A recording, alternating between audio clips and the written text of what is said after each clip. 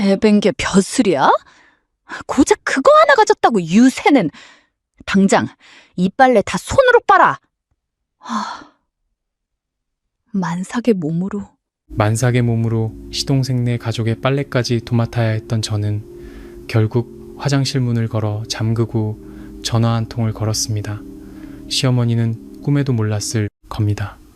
제가 건 전화 한 통이 어머님이 애지중지하는 막내 아들의 회사로까지 연결될 줄은 말입니다.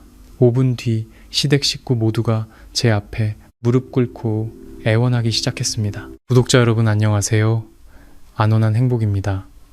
오늘 들려드릴 사연은 임신 9개월의 몸으로 시어머니에게 온갖 구박을 받던 한 아내의 이야기입니다. 무시와 냉대 속에서 그녀는 어떻게 자신의 존엄을 되찾았을까요? 사이다처럼 시원한 반격과 가슴 따뜻한 감동이 담긴 오늘의 사연 궁금하시다면 저희 안온한 행복 채널의 구독과 좋아요 꼭 부탁드립니다.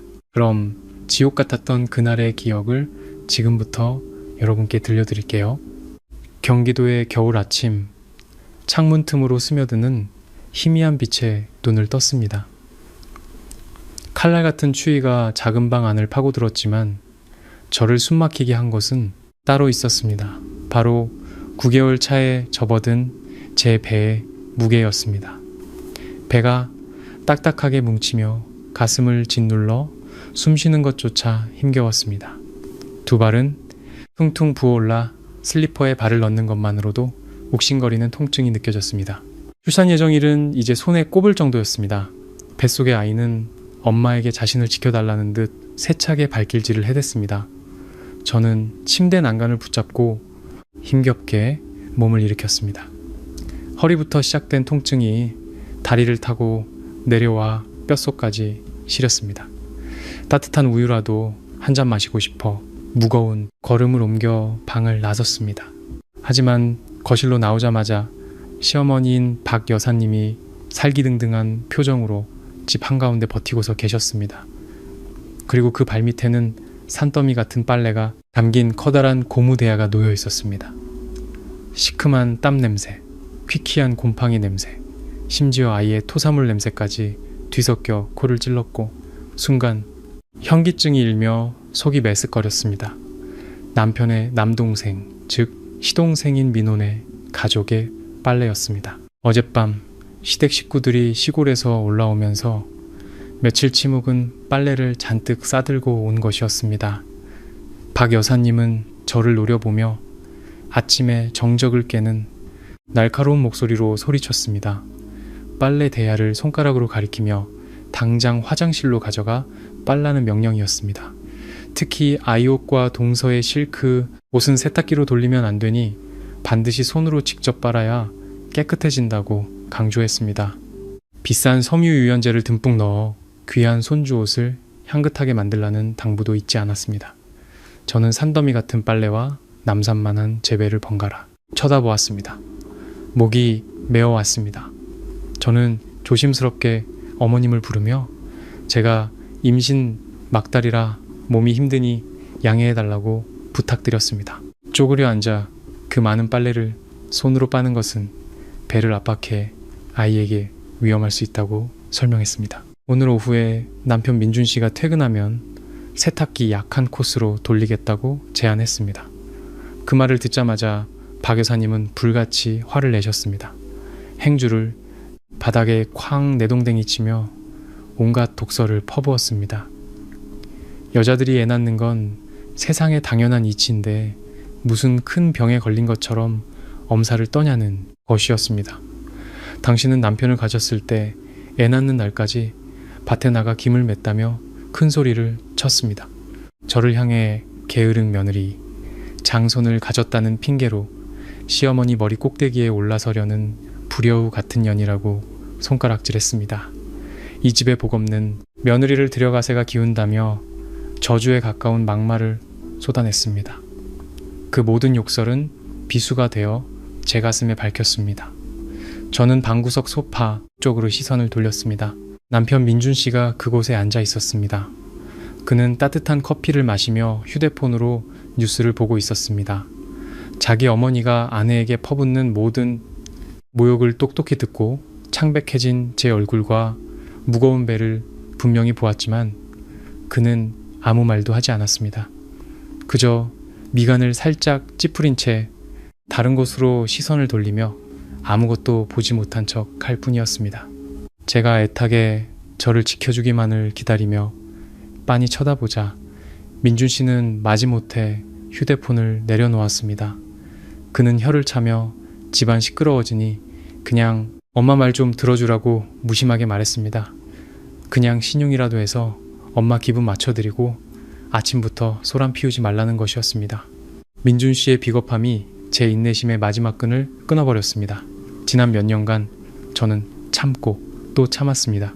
착한 아내, 순종적인 며느리 역할을 하며 박 여사님의 모든 횡포를 견뎌냈습니다. 오직 가정의 평화를 위해서였습니다. 제 사비로 생활비를 대고 집안 살림을 채우고 심지어 시동생네까지 챙겨주었습니다. 하지만 돌아온 것은 시댁의 무시와 제가 남편이라 부르는 남자의 비겁한 뿐이었습니다. 냄새나는 빨래 더미와 두 모자의 냉담한 태도를 보자 제 안에 무언가가 와르르 무너져 내렸습니다.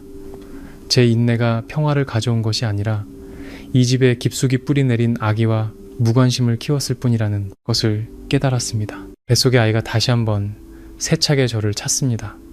그 움직임이 제게 보이지 않는 힘을 주었습니다. 아이를 이렇게 유독한 환경에서 낳을 수는 없었습니다. 비겁한 아버지와 잔인한 할머니를 둔 아이로 만들 수는 없었습니다. 저는 더 이상 아무 말도 하지 않고 조용히 등을 돌렸습니다. 빨래 대야 쪽이 아니었습니다. 저는 복도 끝에 있는 화장실을 향해 똑바로 걸어갔습니다. 그 모습을 본 박 여사님이 등 뒤에서 소리쳤습니다. 어디 가냐고, 동생네 빨래 안 하고, 일 빼먹을 심산이냐고 악을 썼습니다. 민준 씨도 제 이름을 부르며 엄마한테 그게 무슨 태도냐고 저를 나무랐습니다. 저는 모든 소리를 귀담아 듣지 않았습니다. 화장실 안으로 들어가 문을 쾅 닫았습니다. 철컥 하고 잠금새가 걸리는 소리가 차갑고 건조하게 울려 퍼지며 저를 숨막히는 바깥 세상과 분리시켰습니다. 화장실 안은 고요했고 낡은 수도꼭지에서 물이 새는 소리만 졸졸 들렸습니다. 저는 거울 앞에 서서 제 모습을 비춰보았습니다. 임신 중독증으로 퉁퉁 부은 얼굴, 시커멓게 내려온 다크서클, 핏기 없는 입술. 제가 이렇게나 망가져 있었던가요? 서러움이 밀려왔지만 울지 않았습니다. 눈물은 아무것도 해결해주지 못합니다. 나약함은 저를 더 약하게 만들 뿐이었습니다. 저는 손을 닫고 외투 주머니에서 휴대폰을 꺼냈습니다. 사회단체 디자인 프로젝트를 진행하며 오래전부터 중요한 번호들을 저장해 두었지만 언젠가 제가 직접 사용하게 될 줄은 꿈에도 몰랐습니다. 저는 심호흡하며 심장을 진정시키려 애썼습니다. 주소록을 열어 여성 긴급전화 1366과 제가 사는 지역의 주민센터 번호를 찾았습니다. 먼저 주민센터에 전화를 걸었고 그 다음은 1366이었습니다. 수화기 너머에서 침착하고 전문적인 여성의 목소리가 들려왔습니다. 저는 망설이지 않고 제 이름과 주소를 또박또박 밝혔습니다. 동정을 구하는 사람처럼 떨거나 나약한 모습은 보이지 않았습니다. 제 목소리는 차갑고 단호했습니다. 저는 제 상황을 자세히 설명했습니다. 임신 9개월 막달이며 건강이 좋지 않다는 점을 강조했습니다. 시어머니가 무리한 육체 노동을 강요하고 노동력을 착취하며 상습적으로 폭언을 퍼부어 인격을 모독했다고 진술했습니다. 남편 또한 이를 방관하고 동조하며 정신적 학대와 유기를 일삼고 있다고 덧붙였습니다. 이러한 행위들이 저와 뱃속 태아의 건강과 안전을 직접적으로 위협하고 있다고 분명히 밝혔습니다. 상담원은 제 말을 귀에 깊게 듣고 정보와 주소를 재차 확인했습니다. 그녀는 제게 침착함을 유지하고 안전한 공간에서 문을 잠그고 있으라고 조언했습니다. 관계기관에서 즉시 개입할 것이라는 말도 덧붙였습니다. 전화를 끊기까지 3분도 채 걸리지 않았습니다. 제 자신의 결단력에 저 스스로도 놀랐습니다. 화장실 문 밖에서는 여전히 박 여사님이 문을 쾅쾅 두드리고 있었습니다. 하루 종일 거기 처박혀 있을 거냐며 당장 문 열고 나와서 일하라고 욕설을 퍼부었습니다. 민준 씨의 목소리가 끼어들어 엄마를 달래는가 싶더니 이내 짜증 섞인 목소리로 제 이름을 부르며 그만 좀 하고 나오라고 소리쳤습니다. 저는 세면대 물을 틀어 손을 씻고 얼굴에 찬물을 끼얹어 정신을 차렸습니다. 깨끗한 수건으로 물기를 닦으며 스스로에게 다짐했습니다. 이 순간부터 다시는 누구도 나를 짓밟게 두지 않겠다고. 저는 뒤로 물러나 구석에 놓인 작은 플라스틱 의자에 앉아 둥근 배를 두 손으로 감쌌습니다. 눈을 감고 조용히 기다렸습니다. 저의 반격은 이미 시작되었습니다. 화장실의 좁은 공간에서 시간은 더디게 흘러갔습니다. 문 밖에서 들려오던 박 여사님의 고함 소리는 뜸해졌고 대신 거실을 쿵쿵거리며 돌아다니며 입에 담지 못할 욕설을 중얼거리는 소리가 들렸습니다. 민준 씨가 켠 TV 소리는 긴장된 분위기를 외면하려는 듯 점점 더 커졌습니다. 저는 조용히 앉아 있었습니다. 호흡은 안정을 되찾았지만 허리 통증은 여전했습니다. 하지만 정신은 이상할 만큼 맑았습니다. 전화를 끊은 지 정확히 5분 후 집안에 숨막히는 정적을 깨는 요란한 소리가 울려 퍼졌습니다. 화장실 문을 두드리는 소리가 아니었습니다. 현관문을 두드리는 소리였습니다. 강하고 위압적이며 끊임없이 이어지는 노크 소리였습니다. 박 여사님이 투덜거리며 현관으로 나가는 소리가 들렸습니다. 누가 아침부터 이렇게 시끄럽게 문을 두드려? 철컥 하고 잠금 장치가 풀리는 소리가 나고 문이 열렸습니다. 그 뒤로 짧지만 긴장감 넘치는 침묵이 흘렀습니다. 화장실 안에서 저는 동네 통장님의 목소리를 똑똑히 들을 수 있었습니다. 낮고 차분하지만 매우 엄숙한 목소리로 그는 자신의 이름과 직책을 밝혔습니다. 이어서 구청 여성가족과 직원이 집으로 들어가 업무를 처리해야겠다고 요청하는 목소리가 들렸습니다. 그리고 결정적으로 관할 지구대 경찰관의 단호한 목소리가 들렸습니다. 경찰관은 가족들에게 조용히 하고 조사에 협조해달라고 즉시 요청했습니다. 박 여사님은 당황해서 말을 더듬었습니다. 목소리에는 놀라움과 공포가 가득했습니다. 갑자기 무슨 일이냐고. 우리 가족은 법 없이도 살 사람들인데 무슨 잘못을 했냐고 따져 물었습니다.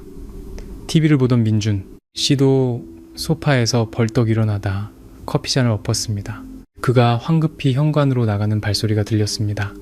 그는 어색한 미소를 띠며 공무원들에게 인사를 건네고 상황을 무마하려 했었습니다. 여성가족과 직원이 단호하게 말했습니다. 방금 전 1366과 구청을 통해 바로 이 주소에서 임산부를 대상으로 한 가정폭력, 정신적 학대 및 노동력, 착취 정황이 있다는 긴급 신고가 접수되었다고 밝혔습니다. 그녀는 박 여사님과 민준 씨에게 산모인 제 위치를 즉시 알려 안전을 확보해야 한다고 요구했습니다. 박 여사님은 할 말을 잃었습니다. 그녀는 우리 집의 폭력은 없다고 잡아댔습니다. 아침에 고부간에 사소한 말다툼이 있었을 뿐이라고 변명했습니다. 며느리가 게을러서 동서 빨래를 안 하려고 하길래 몇 마디 꾸짖은 것뿐이라고 둘러댔습니다. 제가 화장실에 숨어서 남편에게 어리광을 부리고 있을 뿐 아무런 큰일도 없다고 주장했습니다. 경찰관은 박 여사님의 말이 끝나기를 기다리지 않았습니다. 그는 박 여사님에게 옆으로 비켜서라고 지시했습니다. 거실 한가운데 덩그러니 놓인 거대한 빨래 대야를 현장 증거로 보존하라고 말했습니다. 그리고 통장님, 구청 직원과 함께 제가 문을 잠그고 있는 화장실이 있는 복도 쪽으로 직진했습니다. 통장님이 제 이름을 부르며 안전한지 물었고 관계기관에서 보호해주러 왔으니 문을 열라고 말했습니다. 저는 천천히 일어나 옷매무새를 가다듬었습니다. 심호흡을 한 뒤 문으로 다가가 잠금장치를 풀었습니다. 문이 열리자 저는 걱정스러운 눈빛의 공무원들과 경악에 찬 시어머니와 비겁한 남편의 얼굴을 마주했습니다. 저는 핏기 없는 얼굴로 무거운 배를 감싸 안은 채 담담하게 서 있었습니다. 구청 직원이 즉시 제게 다가와 부축하며 다친 곳은 없는지, 구급차를 부를 필요는 없는지 물었습니다. 저는 고개를 저으며 괜찮다고, 그저 계속되는 폭언과 무리한 노동 강요로 기력이 없고 정신적으로 힘들 뿐이라고 말했습니다. 경찰관 뒤에 서 있던 박 여사님은 얼굴이 새하얗게 질려 있었습니다. 그녀는 감히 외부 사람들을 불러 집안 망신을 시켰다며 소리치려 했지만 경찰관의 날카로운 눈빛에 말을 삼켜야 했습니다. 민준 씨는 벽 한 구석에 몰려 어쩔 줄 몰라 하며 이마에 식은땀을 흘리고 있었습니다. 긴장감이 최고조에 달했을 때 민준 씨의 주머니에서 요란한 벨소리가 울렸습니다. 벨소리는 재촉하듯 끊임없이 울렸습니다. 민준 씨가 허둥지둥 휴대폰을 꺼내자 액정에는 그가 그토록 아끼는 동생 민호의 이름이 떠 있었습니다. 공무원들이 조서를 꾸미는 와중에 전화를 끊으려 했지만 경찰관은 가족 구성원들의 태도를 파악해야 하니 스피커폰으로 받으라고 지시했습니다. 민준 씨는 떨리는 손으로 통화 버튼을 누르고 스피커폰을 켰습니다. 수화기 너머로 민호의 절규에 가까운 목소리가 터져 나왔습니다. 아이처럼 흐느끼는 울음소리가 섞여 있었습니다. 민호는 극도의 공포에 질려 형에게 살려달라고 외쳤습니다. 그는 방금 회사 인사과에 불려가 즉시 해고 통보를 받았다고 울먹이며 말했습니다. 단순히 해고된 것뿐만 아니라 공사 자재를 빼돌리고 영수증을 허위로 작성하고 하청업체로부터 부당한 리베이트를 받은 중대한 비위 사실에 대한 모든 자료가 명백한 증거와 함께 회사 감사팀에 넘어갔다는 것이었습니다. 회사는 다음 주까지 횡령한 수천만 원을 변제하지 않으면 사건을 즉시 검찰에 넘기겠다고 협박하고 있었습니다. 청천벽력 같은 소식에 시댁 식구들은 그 자리에 얼어붙었습니다. 박 여사님은 비틀거리며 뒤로 물러서다 소파에 주저앉았습니다. 그녀는 입을 벌린 채 가슴을 부여잡고 가쁘게 숨을 몰아쉬었습니다. 평생 자랑스러워하며 제게 온갖 뒷바라지를 강요했던 막내사들이 하루아침에 실업자 신세가 되고 심지어 감옥에 갈 위기에 처한 것이었습니다. 민준 씨는 말을 더듬으며 어쩌다 일이 그렇게 갑자기 터졌냐고 물었습니다. 민호는 울면서 누가 배후에 있는지 모르겠다고 했습니다. 익명의 이메일로 제보가 들어왔는데 모든 데이터와 계좌, 이체내, 거래 메시지까지 아주 사소한 부분까지 정확하게 일치했다는 것이었습니다.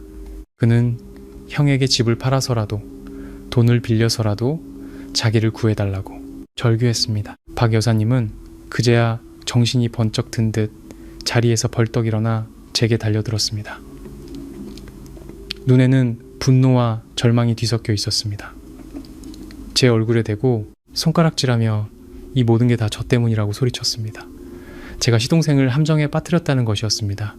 제가 그래픽 디자이너라 컴퓨터를 잘 다루니 분명 제가 정보를 훔쳐 민호를 망하게 한 것이라고 우겼습니다. 제가 반박할 틈도 없이 경찰관이 박 여사님을 향해 언행을 조심하라고 엄중히 경고했습니다. 통장님도 고개를 저으며 박 여사님의 주장이 얼마나 터무니없는지를 지적했습니다. 오늘 아침 저는 박 여사님에게 온갖 욕설을 듣고 화장실에 갇혀 있었으며 공무원들이 들어왔을 때도 구조를 요청하기 위해 사용한 작은 휴대폰 외에는 아무것도 가지고 있지 않았다고 분명히 말했습니다.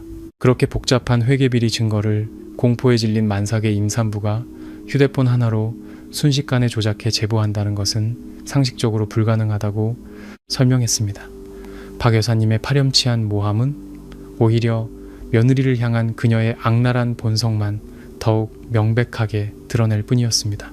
통장님의 합리적인 분석에 박 여사님은 완전히 할 말을 잃었습니다. 이제 모든 진실이 명백해지자 그녀는 더 이상 제게 죄를 뒤집어 씌울 방법이 없었습니다. 저희 집 거실은 이제 온갖 감정이 뒤엉킨 혼돈의 장이 되었습니다. 경찰관은 수첩을 꺼내 현장 상황을 기록하기 시작했습니다.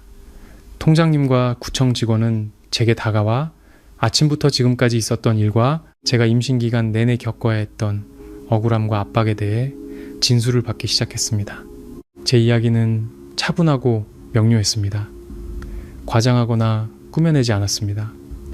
집 한가운데 노인 냄새나는 빨래 대야가 바로 시어머니가 제게 가한 착취의 가장 생생한 증거물이었습니다. 경찰관은 박 여사님과 민준 씨를 향해 가정폭력 방지법 관련 규정을 엄숙하게 설명했습니다. 폭력은 신체적 폭행뿐만 아니라 임산부에게 모욕적인 언사를 퍼붓거나 무리한 노동을 강요하는 행위 모두가 명백한 불법 행위라고 강조했습니다. 오늘 일어난 사건에 대해 조서를 작성하고 구청에 관련 기록을 보관할 것이며 만약 같은 일이 반복될 경우 더 강력한 행정처분은 물론 산모와 태아의 안전을 위해 강제 격리 조치까지 취할 수 있다고 경고했습니다. 조서와 처벌이라는 단어, 그리고 막내사들의 막대한 빚과 구속 위기라는 공포까지 겹치자 박 여사님의 정신은 완전히 무너져 내렸습니다. 독재자 같던 시어머니의 위세는 순식간에 사라졌습니다. 그녀는 지난 몇 년간 순종적이기만 했던 며느리가 더 이상 자신의 화풀이 대상이 아니라는 것을 깨달았습니다. 법의 강력한 개입과 아들의 재앙이 너무나 절묘하게 맞아떨어지자 그녀는 극심한 공포에 휩싸였습니다. 체면도 잊은 채 박 여사님은 제가 앉아 있는 곳으로 다가왔습니다. 떨리는 두 손으로 제 손을 덥석 잡았습니다. 주름진 얼굴 위로 눈물이 하염없이 흘렀습니다. 그녀는 비굴할 정도로 애처롭게 울며 제게 용서를 구했습니다. 뱃속의 아이를 봐서라도 고소를 취하해 달라고, 제발 조서만은 작성하지 말아달라고 애원했습니다. 앞으로는 절대 집안일을 시키지도 큰 소리로 꾸짖지도 않겠다고 약속했습니다. 그러면서 덧붙여 제가 가진 사회적 인맥을 동원해 어떻게든 민호의 일을 해결해 달라고 매달렸습니다. 그녀는 제가 어떤 신비한 능력으로 이 모든 재앙을 해결할 수 있다고 맹목적으로 믿고 있었습니다. 민준 씨도 황급히 달려와 제 옆에 한쪽 무릎을 꿇었습니다. 그는 제 옷소매를 붙잡고 비굴한 표정으로 제발 자비를 베풀어 달라고 빌었습니다. 자기가 다 잘못했다고, 아내를 지켜주지 못한 자기 탓이라고 말했습니다. 제발 공무원들에게 한마디만 잘해서 돌려보내고 집안의 체면을 지켜달라고 애원했습니다. 앞으로는 달라지겠다고, 모든 집안일을 도맡아 하고 출산하는 날까지 저를 극진히 보살피겠다고 맹세했습니다. 저는 의자에 똑바로 앉아 시어머니와 남편의 손을 뿌리쳤습니다.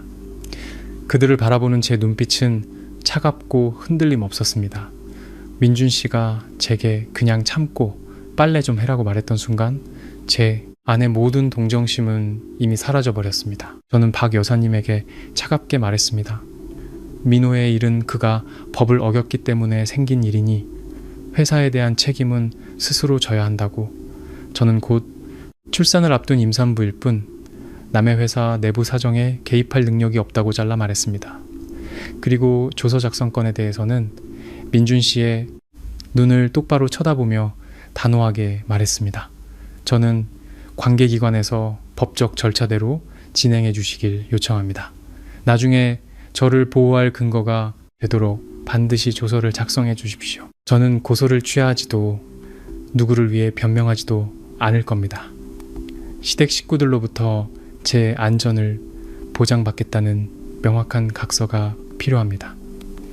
제 단호한 목소리가 거실에 울려 퍼지며 책임을 회피하려던 박 여사님과 민준 씨의 마지막 희망마저 꺾어버렸습니다. 그들은 자신들이 저지른 악행과 무관심의 결과를 마주하며 무력감과 공포 속에 고개를 숙였습니다. 바로 그때 문 밖에서 끼익 하고 차가 멈추는 소리가 들렸고 곧이어 낮고 권위 있는 익숙한 목소리가 들려왔습니다. 그 목소리에 제 마음은 순간 따뜻해졌습니다. 제 친정아버지가 오신 것이었습니다. 평생을 순박하게 살아오셨지만 단 한 번도 당신의 딸이 억압받는 것을 용납하지 않으셨던 아버지였습니다. 저의 자존감을 되찾기 위한 싸움은 이제부터가 진짜 시작이었습니다. 오토바이 브레이크 소리가 마당 앞에서 날카롭게 들리고 곧이어 단단하고 익숙한 발걸음 소리가 타일 바닥을 울렸습니다. 활짝 열린 현관문으로 낡은 카키색 작업복 차림의 친정아버지 모습이 나타났습니다. 목공소에서 일하다 막 오신 듯 어깨에는 톱밥이 묻어 있었지만 아버지의 눈빛은 칼날처럼 날카롭게 거실의 혼란스러운 풍경을 훑었습니다. 아버지는 원래 말이 없는 분이셨습니다. 평생을 성실하게 일하며 시집간 딸은 윗사람을 공경하고 인내하며 가정을 평화롭게 지켜야 한다고 늘 가르치셨습니다. 하지만 그 인내는 다른 사람이 당신의 피부치를 짓밟는 것을 보고만 있으라는 의미는 결코 아니었습니다. 아버지는 집 안으로 성큼성큼 들어오셨습니다. 경찰관과 통장님, 구청 직원에게 법을 아는 시민의 정중한 태도로 고개 숙여 인사했습니다. 그리고는 제게로 몸을 돌려 창백한 제 얼굴과 퉁퉁 부은 눈, 남산만 한 배를 보시고는 눈빛이 한순간 침통해졌습니다. 투박하고 거친 손으로 제 어깨를 가만히 감싸주시는데 단단한 온기가 전해져 왔습니다. 아버지는 많이 힘드냐고 어디 아픈 데는 없냐고 물으셨습니다. 저는 고개를 저으며 터져 나오려는 눈물을 억지로 참았습니다. 아버지가 곁에 계시니 저는 이제 절대적으로 안전하다는 것을 알았습니다. 제가 다치지 않은 것을 확인하신 아버지는 다시 몸을 돌리셨습니다. 이제 아버지의 눈에는 더 이상 온화함이 없었습니다. 억눌린 분노의 불꽃이 이글거렸습니다. 아버지는 바닥에 주저앉아 있는 박 여사님과 구석에서 무릎을 꿇고 벌벌 떨고 있는 사위를 쏘아보셨습니다. 거실의 공기는 무겁게 가라앉았습니다. 아버지는 목소리를 높이지는 않았지만 한 글자 한 글자가 쇠망치처럼 무겁게 내려앉았습니다. 아버지는 박 여사님의 얼굴을 똑바로 보고 말했습니다. 제 딸을 댁에 며느리로 보냈지 종으로 보낸 게 아니라고. 상견례 때 아들 내외를 어떻게 아끼고 보살펴 주겠다고 온갖 가머니설을 늘어놓았는지 되물었습니다. 그런데 이제 와서 당신 내 집안에 장손을 뵌 딸이 만삭이 되자 냄새나는 빨래 덤이나 던져주며 손빨래를 시키느냐고 소리쳤습니다. 아버지는 거실 한가운데 놓인 거대한 빨래 대야를 손가락으로 가리키며 만삭의 임산부를 이렇게 학대하는 것이 사람의 도리냐고 이게 인정이냐고 물었습니다. 사돈의 호통에 박 여사님은 얼굴이 새파랗게 질렸습니다. 그녀는 시골 사람들은 다들 그렇게 털털하게 산다며 집안일은 여자가 하는 게 당연하다고 변명하려 했습니다. 옛날에는 애를 낳을 때까지 밭에 나가 일했다는 궤변을 또다시 늘어놓으려 했지만 아버지는 단칼에 잘라버렸습니다. 아버지는 시대가 변했고 지금은 산모와 뱃속 아이의 건강이 가장 중요하다고 단호하게 선언했습니다. 게다가 멀쩡한 시동생네 가족의 빨래를 왜 만삭의 형님에게 시키느냐고 따져 물었습니다. 그것은 집안일이 아니라 명백한 착취이며 의도적으로 제 딸을 정신적으로 학대한 것이라고 강조했습니다. 박 여사님을 더 이상 변명할 수 없게 만든 후 아버지는 민준 씨에게로 향했습니다. 민준 씨는 겁에 질려 고개를 푹 숙이고 두 손을 마주 잡은 채 떨고 있었습니다. 아버지는 가까이 다가가 한때 많은 기대를 걸었던 사위를 위아래로 훑어보았습니다. 아버지는 민준 씨의 비겁함을 크게 꾸짖었습니다. 자기 아내와 자식 하나 지키지 못하는 남자는 남편 자격도 아버지 자격도 없다고 소리쳤습니다.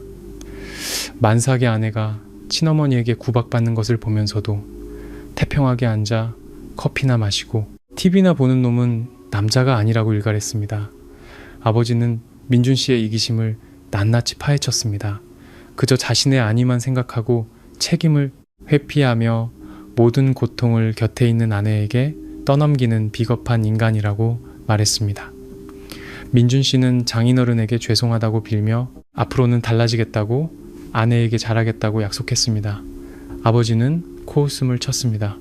민준 씨의 그런 빈말은 이미 수없이 들었고 그 결과가 오늘 제 딸이 화장실 문을 걸어 잠그고 경찰에 신고하게 만든 것이라고 말했습니다.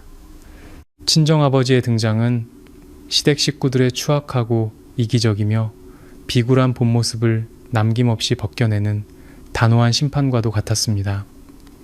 그들은 더 이상 어떤 가면으로도 자신을 가릴 수 없었습니다. 아버지의 단호한 말씀이 끝나자 거실은 다시 한번 숨막히는 침묵에 휩싸였습니다.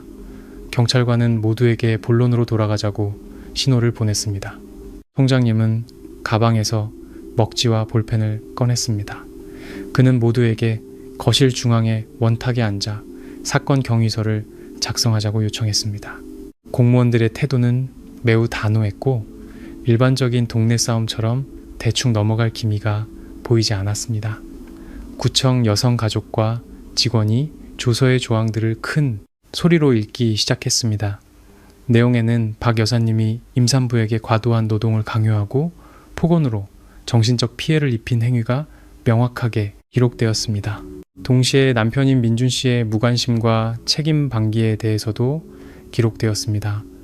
이 모든 행위는 가정폭력 방지법을 위반하는 것이었습니다.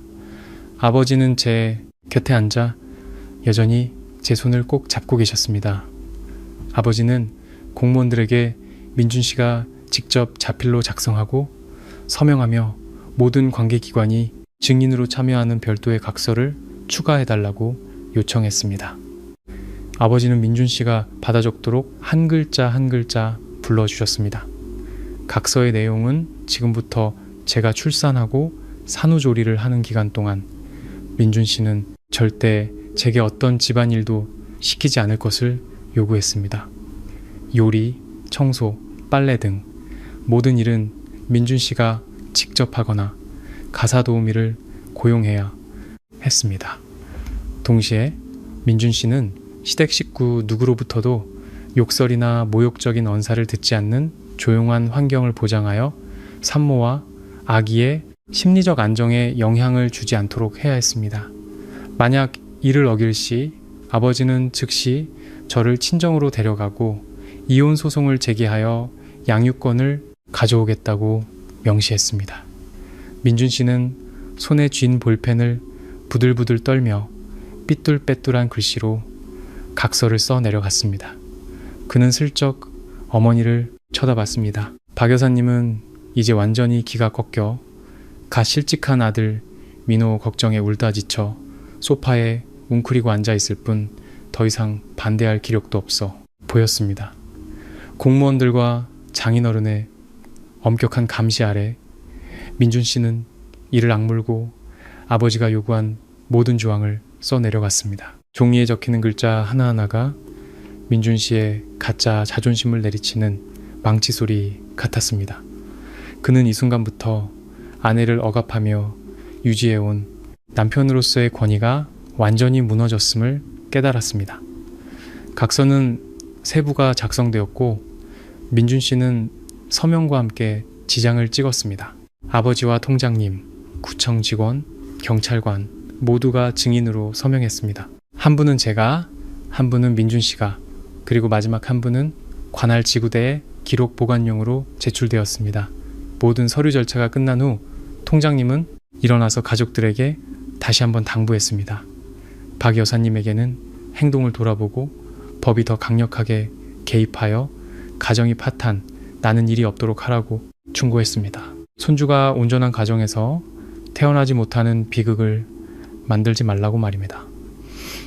또한 민준 씨에게는 집안의 유령처럼 살지 말고 성숙한 남성이자 진정한 가장으로서 책임을 다하라고 일깨워 주었습니다. 공무원들은 서류를 정리하고 돌아갔습니다. 아버지도 떠날 채비를 하셨습니다. 문을 나서기 전 아버지는 저를 안아주시며 걱정 말고 몸조리 잘하라고 당부하셨습니다.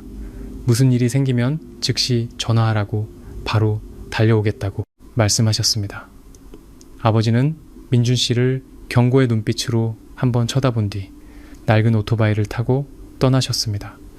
철문이 닫히고 집안에는 다시 정적이 찾아왔습니다. 박 여사님은 조용히 일어나 저를 쳐다보지도 않고 자기 방으로 들어가 문을 쾅 닫았습니다. 더러운 빨래 대야는 여전히 거실 한가운데 놓여 있었지만 이제 그것은 시댁의 처참한 패배를 상징하는 기념비처럼 보였습니다.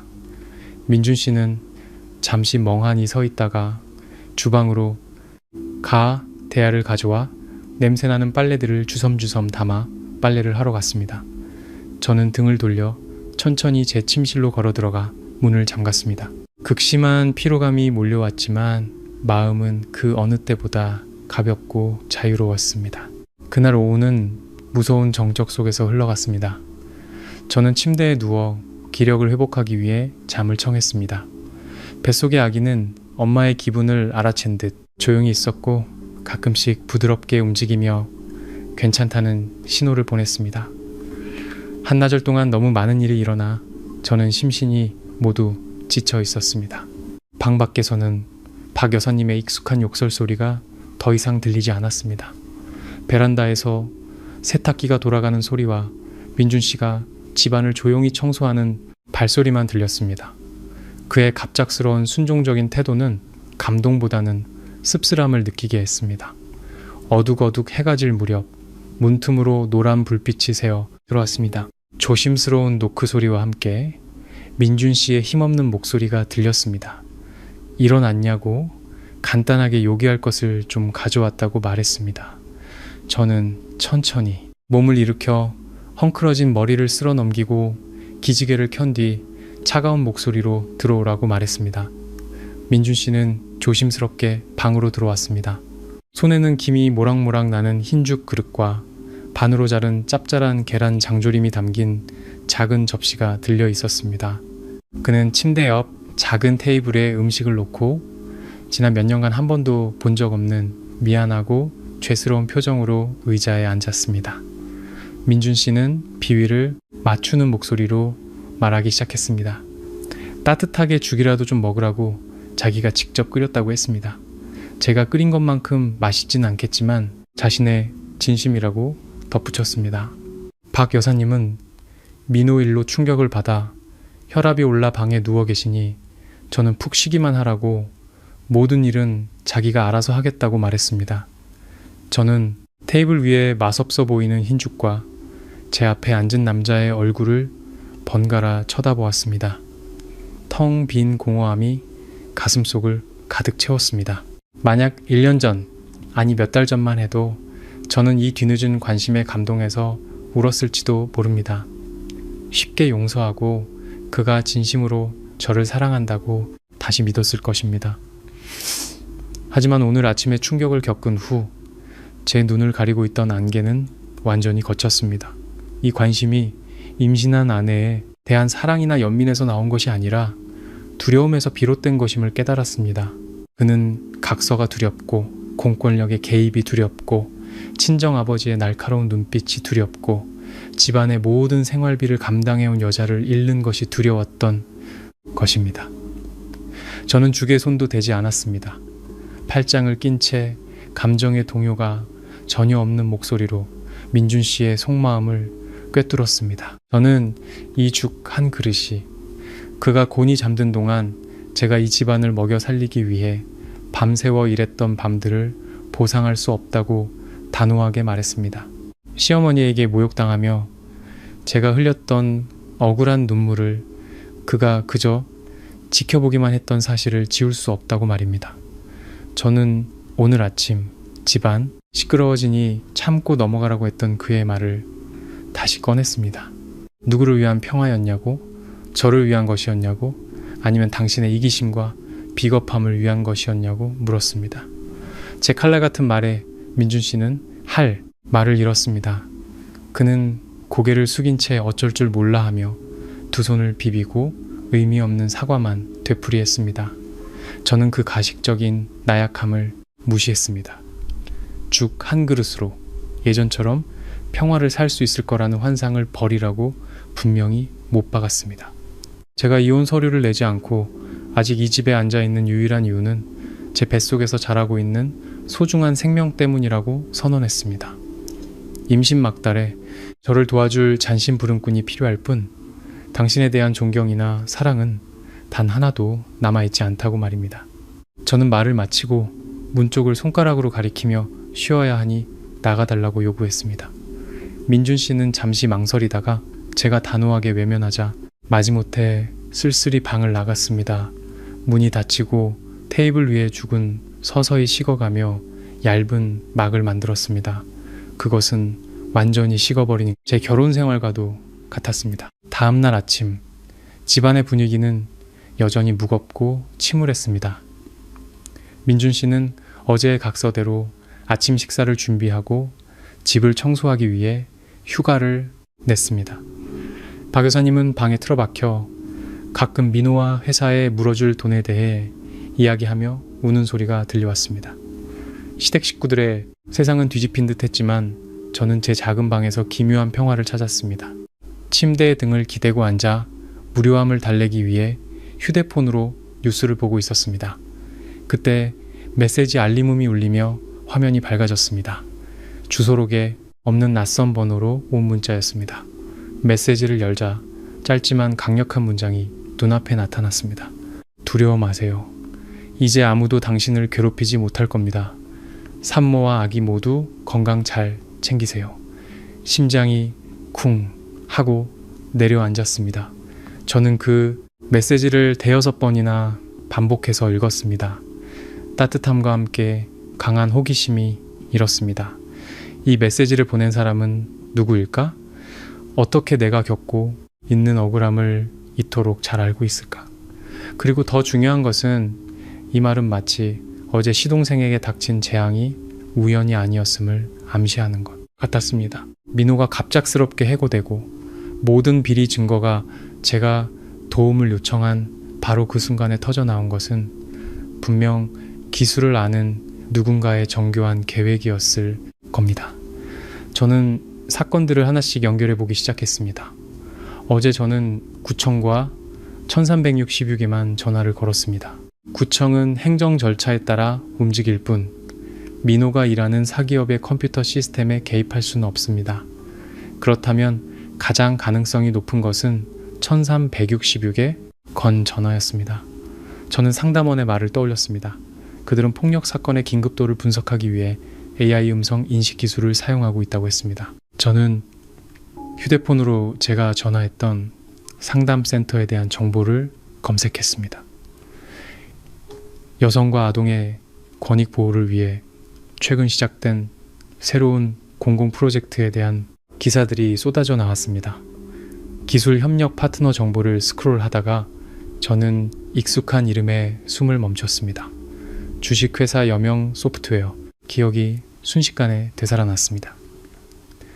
2년 전 저는 바로 이 여명 소프트웨어의 모든 브랜드, 아이덴티티와 애플리케이션, 사용자, 인터페이스 디자인 프로젝트를 맡은 적이 있었습니다. 협업 기간 동안 저는 그들의 시스템 개발 기술팀장과 직접 일했습니다. 그는 말수가 적고 원칙주의자였지만 디자인 아이디어를 이해하는 데는 매우 섬세한 사람이었습니다. 그의 이름은 남도윤이었습니다. 저는 서둘러 책상 서랍을 열어 예전에 받아두었던 파트너들의 명함을 찾았습니다.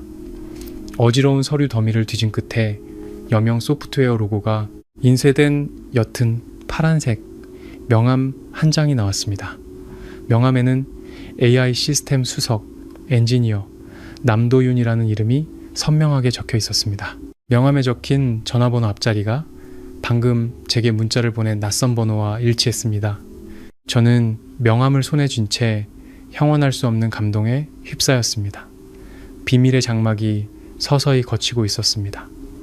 한 기술 엔지니어, 과거의 파트너가 어떤 방법으로든 감정 없는 기계 시스템을 통해 제 절규를 듣고 이토록 멋지게 도움의 손길을 내밀어 준 것이었습니다.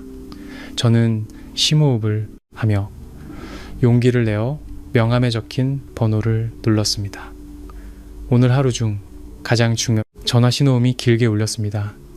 뚜 하는 소리가 울릴 때마다 심장이 더 빨리 뛰었습니다. 제 추측이 맞을지에 대한 걱정과 이 남자에게 어떻게 이야기를 시작해야 할지에 대한 막막함이 교차했습니다. 네 번째 신호음이 울렸을 때 상대방이 전화를 받았습니다. 낮고 차분하며 매우 익숙한 남자의 목소리가 들려왔습니다.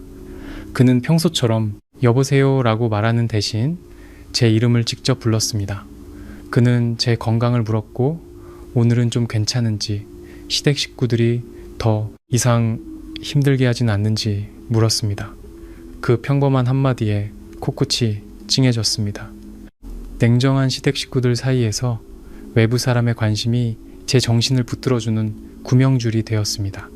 저는 목소리에 섞인 감동을 억누르며 대답했습니다. 제 추측이 맞았다고 익명의 문자를 보낸 사람도, 시동생의 해고, 사건 배후에 있는 사람도 바로 당신이라고 확인했습니다. 저는 그에게 왜 그렇게까지 했는지, 어떻게 모든 것을 그렇게 자세히 알 수 있었는지 단도직입적으로 물었습니다. 수화기 너머에서 몇 초간 침묵이 흐른 뒤 가벼운 한숨 소리가 들렸습니다. 남도윤 씨가 모든 것을 이야기하기 시작했습니다.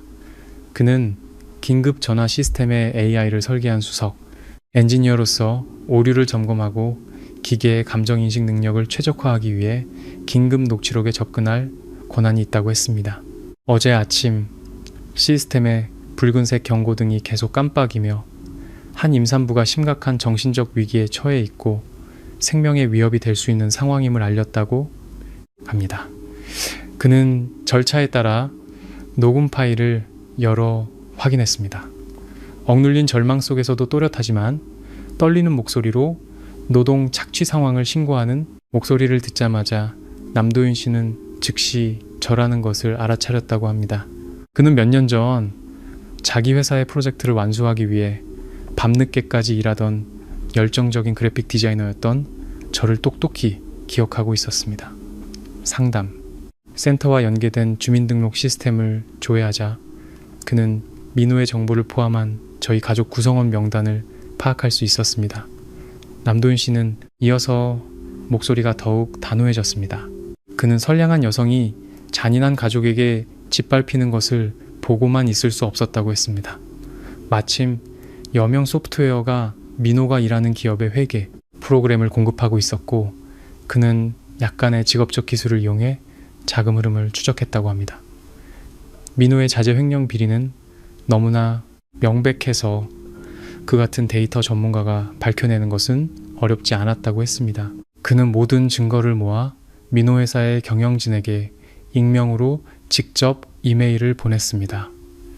이메일을 보낸 시점을 공무원들이 저희 집에 들이닥친 시간과 일치시킨 것은 박 여사님 모자의 저항 의지와 오만한 태도를 완전히 꺾기 위한 치밀하게 계산된 심리적 공격이었다고 설명했습니다. 남도윤 씨는 이 모든 일이 단순히 과거의 파트너로서의 의리 때문만은 아니라고 지금 당장 자세히 말하기는 어려운 더 깊은 이유가 있다고 말했습니다. 그는 제게 시댁의 생사에 너무 마음 쓰지 말고 동정심을 엉뚱한 곳에 두지 말라고 조언했습니다. 악한 자들은 법과 도덕의 경계를 깨닫도록 처벌받아야 한다고. 지금 제가 할 일은 잘 먹고 마음을 편안하게 가지며 건강하게 아이를 맞이하는 것이라고 말했습니다. 저는 남도윤 씨의 말을 조용히 들었습니다. 눈물이 흘러내렸지만 이것은 서러움의 눈물이 아니라 깊은 감사의 눈물이었습니다. 저는 마음 깊은 곳에서부터 그에게 감사하다고 말했습니다. 제가 가장 외롭고 약했을 때 손을 내밀어 주셔서 감사하다고. 선의와 정의는 늘 존재하며 단지 우리가 예상치 못한 방식으로 다가온다는 것을 보여주셔서 감사하다고 말입니다. 전화를 끊고 저는 휴대폰을 가슴에 안았습니다. 새로운 힘이 혈관을 타고 흐르는 것을 느꼈습니다. 앞으로의 길이 혼자 아이를 낳는 것이든 싱글맘이 되는 것이든 저는 이제 절대 무너지지 않을 것임을 알았습니다. 그 운명적인 전화 이후 며칠 동안 시댁의 분위기는 기묘하게 변했습니다. 집안 구석구석을 침묵이 감쌌지만 그것은 평화로운 고요함이 아니라 어색하고 숨막히는 침묵이었습니다. 민준 씨는 각서에 적힌 대로 집안일을 하기 시작했습니다. 아침에는 어설프게 아침 식사를 준비하고 집을 청소한 뒤에야 출근했습니다. 오후에는 평소보다 일찍 퇴근해 시장에 들러 장을 보고 저녁 식사를 준비했습니다. 하지만 거칠게 부딪히는 그릇 소리, 집을 닦을 때마다 내쉬는 그의 깊은 한숨은 억눌린 불만과 마지못해 하는 태도를 보여주었습니다. 박 여사님은 화장실에 가거나 물을 마실 때를 제외하고는 거의 방 밖으로 나오지 않았습니다. 그녀는 의도적으로 저를 피하며 제가 이 집에 존재하지 않는 것처럼 행동했습니다. 그런 억압적인 분위기 속에서 저는 겉으로는 강하고 냉정한 척했지만 마음속 깊은 곳에서는 혼란의 파도가 일기 시작했습니다. 잠 못 이루는 밤, 시어머니 방에서 들려오는 뒤척이는 소리를 들으며 저는 끝없는 생각에 잠겼습니다. 어릴 적부터 친정어머니는 제게 여자는 가정의 행복을 가꾸고 한 걸음 물러설 줄 알아야 한다고, 인내를 가장 큰 덕목으로 삼아야 한다고 가르치셨습니다. 시댁이 공경에 처하고 시동생은 실직과 빚더미에 앉고 시어머니는 충격으로 쓰러지고 남편은 원망 가득한 태도로 집안일을 하는 것을 보자 제 마음 한구석에서 죄책감이 싹트기 시작했습니다. 제가 너무 심했던 것은 아닐까? 저의 반항이 이 가정을 비극으로 몰아넣은 직접적인 원인은 아닐까? 그런 생각들이 머릿속을 맴돌며 저를 괴롭혔고 밥맛을 잃고 정신적으로 지쳐갔습니다. 제 심리가 가장 흔들리던 바로 그때 낯선 번호로 전화 한 통을 받았습니다. 수화기 너머에서는 매우 부드럽고 차분한 여성의 목소리가 들려왔습니다. 그녀는 자신을 여성 긴급전화 소속 심리상담 전문가인 이수양이라고 소개했습니다. 그녀는 남도윤 씨가 제 상황을 이야기하며 출산 전에 제 마음의 짐을 덜어줄 수 있도록 도움을 요청했다고 말했습니다. 처음에는 조금 망설였지만 이수양 씨의 진솔하고 따뜻한 말투는 점차 제 방어막을 허물었습니다. 통화 너머로 그녀는 지난 몇 년간 며느리로서 겪었던 억울함부터 최근 며칠간 저를 짓누르던 죄책감까지 제 마음속 깊은 이야기들을 끈기 있게 들어주었습니다. 그녀는 제 말을 끊지 않고 가끔씩 공감의 의미로 고개를 끄덕일 뿐이었습니다. 제가 마음속 응어리를 모두 털어놓자 그녀는 온화하게 미소 지었습니다. 그 미소는 이상하리만치 따뜻한 위안을 주었습니다. 이수양 씨는 문제를 명확하게 분석하기 시작했습니다. 그녀는 제 죄책감이 선한 본성을 지니고 희생이라는 가치관에 깊이 영향을 받은 동양 여성들에게 나타나는 매우 정상적인 심리 반응이라고 말했습니다. 하지만 그녀는 제가 직면해야 할 잔인한 진실을 강조했습니다. 시댁이 지금의 상황에 처한 것은 결코 제 잘못이 아니라고, 민호가 해고된 것은 그의 탐욕과 도덕성 결여 때문이며 법을 어겼으니 대가를 치르는 것이 마땅하다고 했습니다.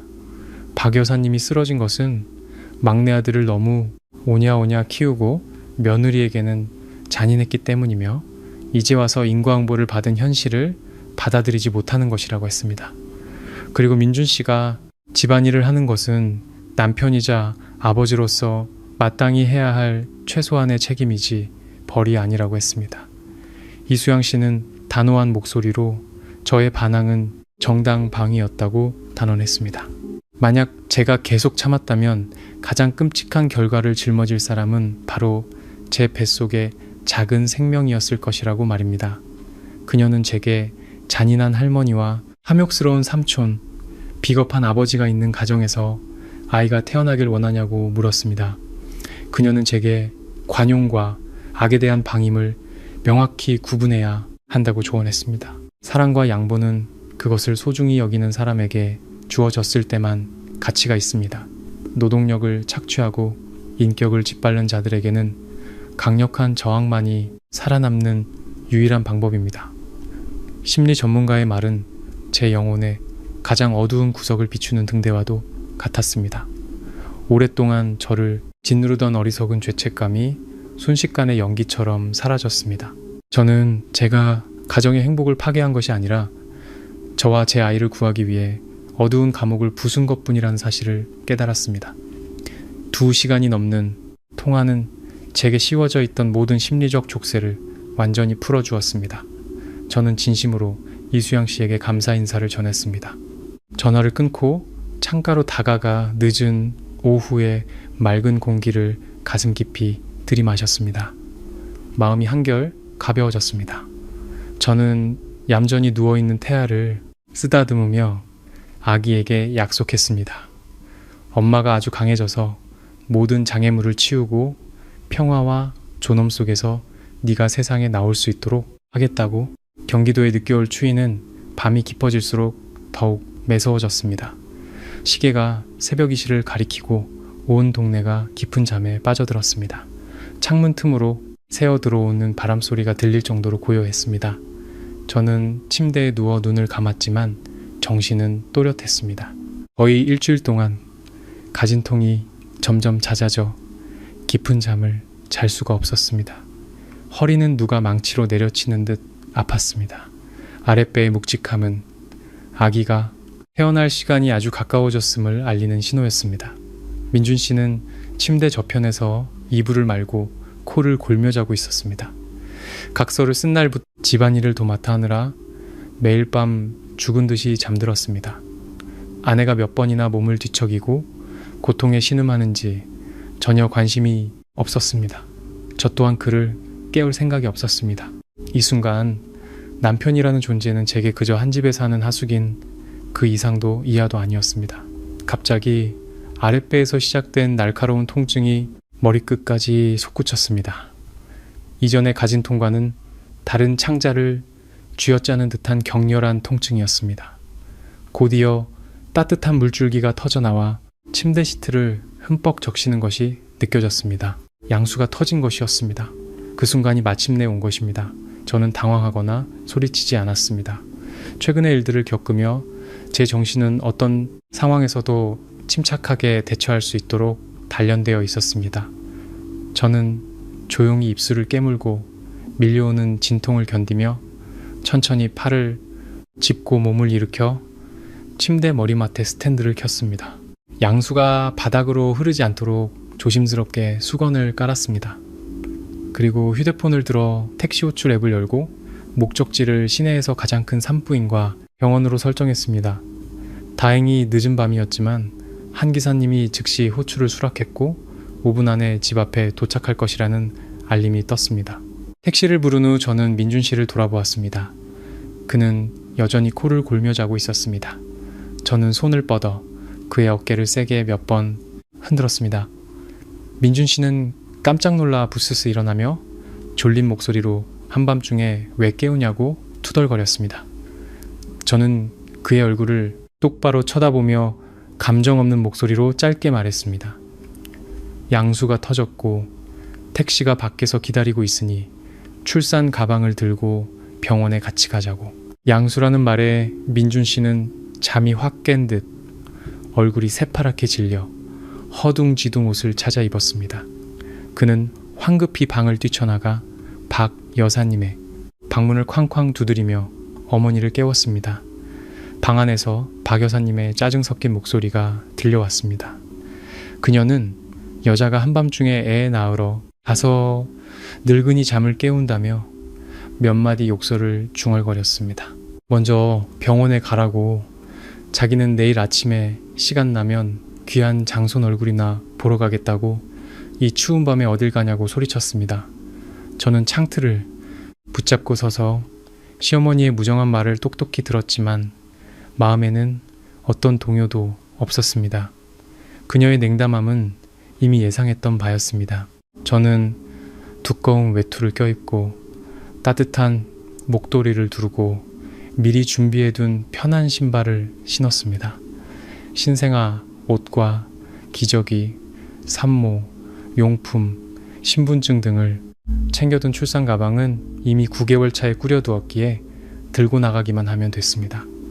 민준 씨는 가방을 들고 제 뒤를 따르며 밤늦게 택시비가 비싸다고, 왜 구급차를 부르지 않아 돈을 아끼지 않느냐고 투덜거렸습니다. 저는 그의 모든 말을 무시하고 천천히 계단을 내려갔습니다. 진통이 점점 더 심해져 잠시 벽을 붙잡고 숨을 골라야 했습니다. 민준 씨는 그 모습을 보고도 그저 귀찮다는 듯 걱정스러운 눈으로 쳐다보기만 할 뿐 부축할 생각도 하지 않았습니다. 대문이 열리자 노란 가로등 불빛 아래 택시가 이미 서 있었습니다.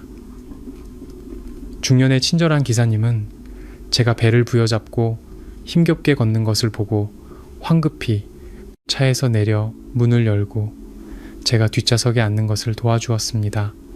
차는 어둠을 가르며 병원을 향해 달리기 시작했습니다. 텅 빈 경기도의 거리, 풍경이 차창 밖으로 스쳐 지나갔습니다. 저는 눈을 감고 제 인생에서 가장 힘들고 긴 싸움을 준비하기 위해 모든 정신과 힘을 집중했습니다. 이 싸움은 오롯이 저 혼자 맞서고 이겨내야 한다는 것을 잘 알고 있었습니다. 새벽 3시에 산부인과는 분주하고 바쁘지만 어딘가 모르게 차가운 분위기였습니다. 긴 복도를 따라 형광등 불빛이 하얗게 빛나고 있었고 코를 찌르는 소독약 냄새에 약간의 현기증이 났습니다. 응급 입원 수속을 마친 후 저는 간호사들의 도움을 받아 휠체어로 옮겨져 양수가 터진 산모들이 대기하는 분만 대기실로 들어갔습니다. 민준 씨는 격리구역 입구까지만 따라오고는 그곳에서 제지당했습니다. 분만 대기실 문이 닫히기 전 저는 고개를 돌려 그를 보았습니다. 민준 씨는 복도에 있는 빈 의자를 찾아 급히 앉더니 휴대폰을 꺼내 화면에 코를 밟고 있었습니다. 곧 죽음의 문턱을 넘어야 할 아내를 향한 격려의 눈빛이나 위로의 말 한마디는 없었습니다. 분만 대기실에서는 다른 산모들의 고통스러운 신음, 소리가 간간히 정적을 깨뜨렸습니다. 저는 하얀 시트가 깔린 침대에 누워 배에는 태아 심박 측정기와 자궁 수축 측정기가 부착되어 있었습니다. 모니터의 수치가 솟구칠 때마다 머리가 깨질 듯한 고통이 배와 허리를 덮쳤습니다. 고통의 강도와 빈도는 점점 더 심해졌습니다. 마치 수천 개의 바늘이 살갗을 찢는 듯 했고 골반은 산산조각 날 것 같았습니다. 저는 비명을 지르지 않기 위해 입술을 피가 나도록 꽉 깨물었습니다. 인터넷에서 미리 배워둔 진통을 줄이는 호흡법을 떠올렸습니다. 코로 깊게 숨을 들이마시고 입으로 천천히 내쉬었습니다. 그 호흡을 반복하며 침대 양옆의 난간을 손가락 마디가 하얘지도록 꽉 붙잡았습니다.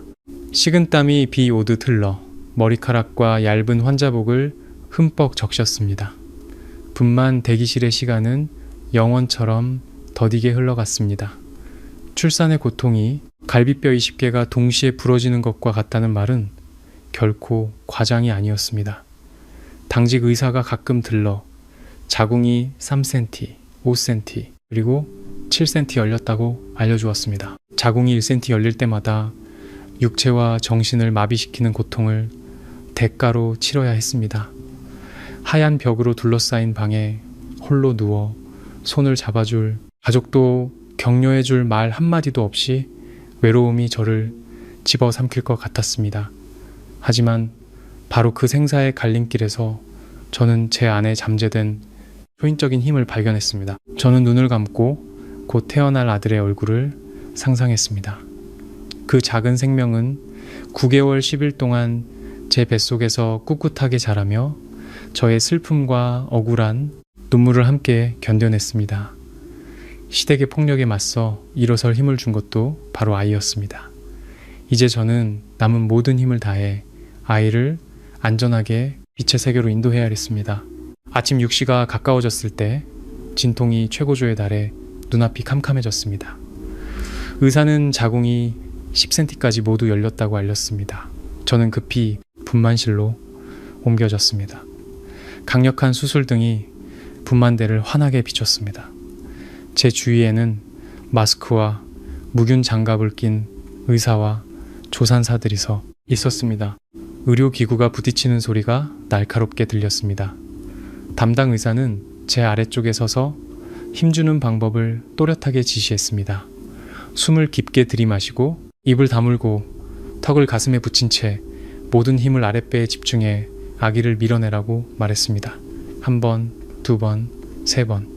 힘을 줄 때마다 기력이 점점 빠져나갔습니다. 어떤 순간에는 기진맥진해서 정신을 잃을 것 같았고 가슴에는 더 이상 산소가 들어오지 않는 듯 했습니다. 하지만 옆에 있는 측정기에서 들려오는 규칙적인 태아의 심장 소리가 제 안에 강렬한 모성애를 일깨웠습니다. 포기하면 안 된다고, 절대 쓰러지면 안 된다고 스스로에게 다짐했습니다. 저는 남은 힘을 쥐어짜 의사의 단호한 지시에 따랐습니다. 몸이 찢어지는 듯한 고통이 덮쳐왔고 그 직후 배가 갑자기 텅 비는 느낌이 들었습니다. 한 생명이 제 몸을 떠나 길고 험난했던 여정의 끝을 알리는 순간이었습니다. 짧은 정적이 분만실을 감쌌고 곧이어 우렁차고 맑은 울음소리가 그 정적을 갈랐습니다. 한 작은 생명의 첫 울음소리가 차가운 방 안에 울려 퍼지며 마비되었던 저의 모든 감각을 깨웠습니다. 의사는 아기를 받아 탯줄을 자르고 붉은 피부에 묻은 태지를 닦아낸 뒤 조심스럽게 제 가슴 위에 아기를 올려 캥거루 케어를 시작했습니다. 작은 몸에서 전해져 오는 온기에 심장이 녹아내리는 것 같았습니다. 아기는 눈을 꼭 감은 채 작은 입을 오물거리며 엄마의 온기를 찾았습니다. 작은 손가락이 제 환자복을 꽉 쥐었습니다. 제 눈에서 눈물이 흘러 기진맥진해 창백해진 뺨을 타고 내렸습니다. 그것은 깊은 서러움과 함께 찾아온 지극한 행복의 눈물이었습니다. 홀로 겪어낸 고통스러운 출산의 여정은 끝났고 그 대가로 제 품에 평화롭게 잠든 작은 천사를 얻었습니다. 그 신성한 순간 저는 아기 귀에 속삭였습니다. 아난이라고 이름을 지어주었습니다. 저는 아이의 인생이 엄마가 저 차가운 집에서 겪었던 어두운 폭풍 후 없이 늘 평안하고 고요하기를 바랐습니다. 분만대에서 약 2시간 동안 산후 경과를 지켜본 후 저는 이동 침대에 실려 회복실로 옮겨졌습니다. 분만실 문이 열리자 아침 햇살이 복도를 가득 채우고 있었습니다. 저는 주위를 둘러보았습니다. 신생아를 만나는 곳에서는 언제 왔는지 모를 민준 씨와 박 여사님이 다른 가족들과 뒤섞여 산모의 이름을 기다리고 있었습니다. 간호사가 안이를 안고 나와 산모의 이름과 3점, 5kg의 건강한 아들이라고 알리자 박 여사님은 기쁨에 겨워 큰 소리를 질렀습니다. 그녀는 사람들을 밀치고 달려가 자랑스러운 눈빛으로 간호사에게서 아기를 받아들었습니다. 입으로는 연신장손이 아빠를 쏙 빼닮았다며 이마도 높고 코도 오뚝하니 나중에 분명 큰 인물이 될 거라고 칭찬했습니다. 민준 씨도 환하게 웃으며 휴대폰을 꺼내 아들 사진과 동영상을 찍어 SNS에 자랑하기 바빴습니다. 시댁 식구들의 환호와 기쁨이가 태어난 아기를 둘러싸고 위선적일 정도로 행복한 가족의 모습을 연출했습니다. 그 소란스러운 풍경과는 대조적으로 저를 실은 이동 침대는 아무도 모르게 그들 옆을 조용히 지나갔습니다. 저는 침대에 지쳐 누워 있었지만 회음부 절개 부위는 숨 쉴 때마다 타는 듯이 아팠습니다. 하지만 저는 눈을 크게 뜨고 그 모든 것을 냉정하게 지켜보았습니다. 시어머니는 며느리가 그 위험한 출산을 겪고 살아있는지 죽었는지 쳐다보지도 않았습니다. 남편 또한 대를 이을 아들을 낳아준 방금 전까지 사경을 헤맸던 아내의 존재를 까맣게 잊은 듯 했습니다. 그들에게 저는 그저 아이를 낳는 기계에 불과했습니다. 장손을 낳는 임무를 완수하자마자 저는 쓸모없는 존재가 되었습니다. 시댁 식구들의 냉정하고 무심한 태도가 제 눈앞에서 그들의 이기적인 본성을 가장 적나라하고 잔인하게 드러냈습니다. 다른 사람들이 봤다면 제 처지를 안타까워했을지도 모르지만 제 마음에는 이제 단 한 방울의 서러운 눈물도 남아있지 않았습니다. 제 심장은 굳어버렸고 이성은 칼날처럼 차가워졌습니다. 그들의 냉대를 직접 목격한 것은 화해나 용서에 대한 모든 환상을 완전히 꺼트리는 마지막 쓴 약이었습니다. 제 마음은 가을 호수처럼 평온했습니다. 오늘부터 안이라는 새로운 생명과 함께 저는 이제 단 하나의 길만이 남았다는 것을 알았습니다. 당당하고 독립적으로 제 운명의 주인이 되어 살아가는 길. 회복실에서 저는 며칠 더 경과를 지켜보기 위해 병실로 옮겨질 것이라는 안내를 받았습니다. 저는 비좁고 시끄러운 다인실에서 다른 산모들과 함께 누워있을 제 모습을 상상했습니다. 민준 씨는 어쩔 줄 몰라 할 것이고 박 여사님은 돈 아깝다며 간병 서비스는 절대 안 된다고 잔소리할 것이 뻔했습니다. 하지만 이동 침대가 멈춘 곳은 놀랍게도 병원의 VIP 병동이었습니다. 제 눈앞에 나타난 병실은 고급 호텔처럼 넓고 쾌적했습니다. 1인실로 높이 조절이 가능한 편안한 침대와 공기 청정 시스템, 온수가 나오는 깨끗한 개별 욕실까지 갖추어져 있었습니다. 침대 옆에는 아기를 위한 부드러운 매트가 깔린 예쁜 원목 아기 침대가 있었고 보호자가 쉴 수 있는 가죽 소파도 놓여 있었습니다. 커다란 통유리 창밖으로는 병원의 푸른 정원이 보여 마음을 편안하고 평화롭게 만들어 주었습니다. 민준 씨는 출산 가방을 들고 간호사를 따라 병실로 들어왔습니다. 고급스러운 내부를 보자마자 그는 놀라 눈이 휘둥그레해졌습니다. 그는 가방을 바닥에 내려놓고 간호사에게 달려가 혹시 착오가 있는 것 아니냐고 더듬거리며 물었습니다. 민준 씨는 우리가 일반 자연분만을 신청했고 기본적인 건강보험만 적용받았으니 하루에 수십만 원이나 하는 이런 VIP 병실에 배정될 리가 없다고 생각한 것입니다. 그는 병원에서 방을 잘못 배정해서 퇴원할 때 감당 못할 병원비가 나올까봐 걱정하며 당장 더 저렴한 일반 병실로 옮겨달라고 간호사에게 재차 확인을 요청했습니다. 간호사는 친절하게 미소 지으며 손에 든 차트를 신중하게 살펴보았습니다.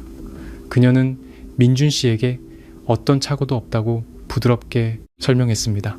제 출산 비용 전체, 즉 과장급 의사 지정 분만 서비스, 일주일간의 VIP 병실 입원비, 최고급 약품비, 아기 예방 접종비, 그리고 산모 상처, 회복을 위한 플라스마 치료 서비스까지 포함한 총 5천만 원이 넘는 비용이 제가 진통을 시작하기 전에 이미 전액 결제되었다는 것이었습니다. 5천만 원이라는 말에 민준 씨는 입을 쩍 벌리고 경악했습니다.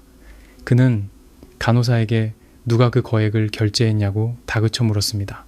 자신은 오늘 빈손으로 병원에 왔고 지갑에 든 카드 잔액은 최근 민호일 때문에 돈을 끌어모으느라 50만 원도 채 남지 않았다고 했습니다. 간호사는 차트에 첨부된 영수증을 가리키며 이 모든 금액이 특별한 상황에 처한 임산부들의 의료 및 건강관리를 전문적으로 지원하는 한 비영리 자선재단에서 이체되었다고 또렷하게 대답했습니다.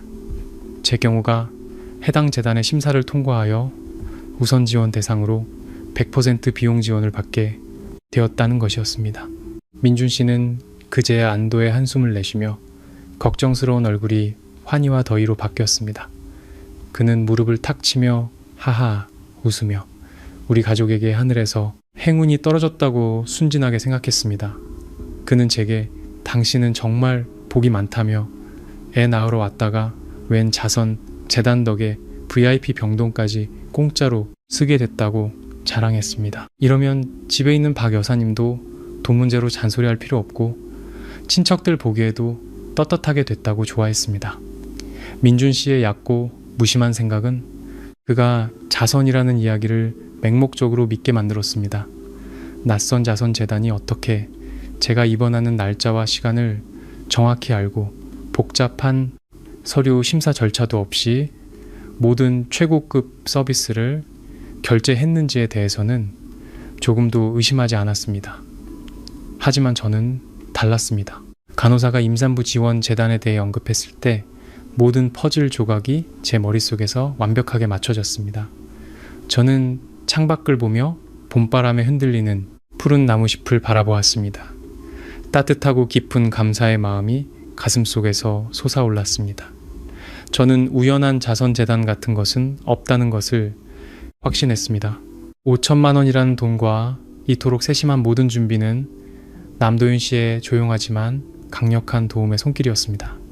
그 은희는 저를 정신적 폭력에서 구해주었을 뿐만 아니라 출산 후 가장 약해져 있을 저와 제 아이가 가장 편안하고 안전하게 지낼 수 있도록 평탄한 길을 깔아준 것이었습니다.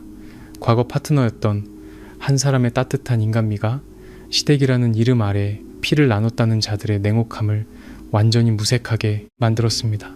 저는 주먹을 꽉 쥐고 빨리 회복해서 훗날 이 큰 은혜에 저와 제 아들 아니의 행복한 삶으로 보답하리라 스스로에게 다짐했습니다. 병원 VIP 병실에서의 5일은 평화롭고 편안하게 지나갔습니다. 회음부 절개 부위의 붓기도 가라앉고 과학적인 영양 관리와 간호사들의 세심한 보살핌 덕분에 건강도 점차 회복되었습니다. 퇴원하는 날 민준 씨는 짐을 챙겨 병원 문 앞에 택시를 불러 저와 아이를 집으로 데려갔습니다. 차 안은 조용했습니다.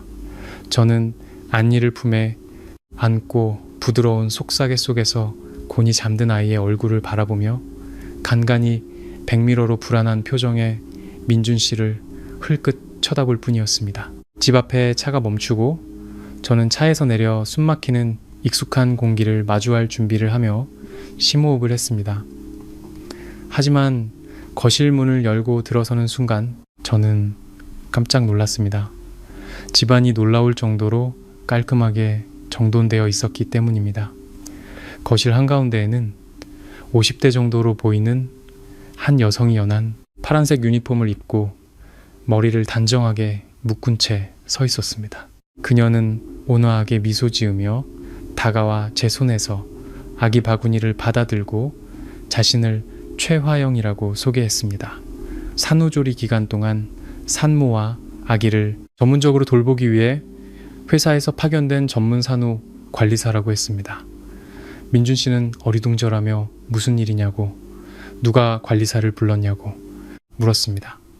저는 민준 씨를 쳐다보며 출산 비용을 지원해준 자선재단에서 산후 회복 관리 서비스까지 함께 제공해준 것이라고 차갑게 대답했습니다. 모든 비용은 이미 3개월 패키지로 선결제되었다고 덧붙였습니다. 무료라는 말에 민준 씨는 다시 손뼉을 치며 헤헤 웃으며 돈 한 푼 안 드리고 사람을 부릴 수 있게 되었다며 만족스러워했습니다. 최화영 관리사님의 등장은 즉시 박 여사님의 거센 반발에 부딪혔습니다. 집 안에 낯선 사람의 목소리가 들리자 박 여사님은 침실에서 나와 불쾌한 표정을 지었습니다. 그녀는 최 관리사님을 위아래로 훑어보며 권위적인 시어머니의 목소리로 으름장을 놓기 시작했습니다. 박 여사님은 최 관리사님에게 당장 집안의 모든 창문을 닫고 산모방에 바람 한 점 들어오지 않게 하라고 지시했습니다. 또한 부엌으로 가서 돼지고기, 살코기를 강황가루와 함께 짜게 볶고 약초물을 끓이고 제가 누워서 불을 쬐 수 있도록 연탄불을 피우라고 큰 소리로 요구했습니다. 옛날 어른들이 하던 전통적인 산후조리 방식 그대로 따라야 한다고 말입니다. 박 여사님은 산모는 한 달 동안 씻지도 말고 음식도 소박하게 먹어야 몸이 회복되고 나중에 산후병이 없다고 강조했습니다. 시어머니의 비상식적이고 비과학적인 강요 앞에서 최 관리사님은 조금도 동요하지 않았습니다. 확고한 의료 전문 지식을 갖춘 사람의 태도로 그녀는 차분하게 미소 지으며 부드럽지만 매우 단호한 목소리로 말했습니다. 그녀는 박 여사님의 모든 요구를 거절했습니다. 최 관리사님은 문을 닫아두면 세균이 번식하여 신생아의 호흡기 감염을 유발할 수 있으며 밀폐된 방에서 연탄을 피우는 것은 일산화탄소 중독으로 산모와 아기 모두의 생명을 위협할 수 있다고 명확하게 설명했습니다. 또한 짜게 볶은 고기만 먹는 식단은 산모의 모유를 마르게 하고 고혈압과 신장 기능 저하를 유발할 수 있다고 덧붙였습니다. 최 관리사님이 자신의 말을 조목조목 반박하자 박 여사님은 분노로 얼굴이 시뻘개졌습니다. 그녀는 책상을 치며 고용된 주제에 감히 집주인을 가르치려 드느냐고 소리쳤습니다. 이 집에서는 자신이 가장 연장자이고 아이를 낳고 기른 경험도 가장 많으니 모두 자기 말을 따라야 한다고 선언했습니다. 만약 따르지 않으면 당장 해고해버리겠다고 으름장을 놓았습니다. 박 여사님의 맹렬한 기세 앞에서 최 관리사님은 가방에서 관리계약서 한 부를 꺼내 테이블 위에 올려놓았습니다. 그녀는 박 여사님의 눈을 똑바로 쳐다보며 이 계약은 소속 회사와 직접 체결되었으며 유일한 수혜자는 저와 제 아들 안이라고 분명히 밝혔습니다. 자신의 임무는 가장 현대적인 의료 지식에 기반하여 모자의 건강을 보호하는 것이라고 말입니다. 최 관리사님은 박 여사님은 자신에게 급여를 주는 사람이 아니므로 자신의 업무에 개입하거나 지시할 권한이 없다고 강조했습니다. 더 나아가 의료적 돌봄 과정을 방해하거나 산모의 심리에 악영향을 미치는 모든 행위는 자신의 회사와 직접 연계된 여성 긴급전화에 즉시 보고될 것이라고 경고했습니다. 여성 긴급전화와 공권력이라는 말이 나오자 박 여사님의 기세는 바람 빠진 풍선처럼 순식간에 꺾였습니다. 며칠 전 경찰이 집에 와서 조서를 꾸몄던 기억이 그녀를 여전히 공포에 떨게 만들었던 것입니다. 그녀는 할 말을 잃고 얼굴이 잿빛으로 변해 몇 마디 욕을 중얼거리더니 씩씩거리며 방으로 들어가 문을 쾅 닫아버렸습니다. 그 순간부터 제 아이를 키우는 방식에 개입하려던 시어머니의 권력은 완전히 박탈되었습니다.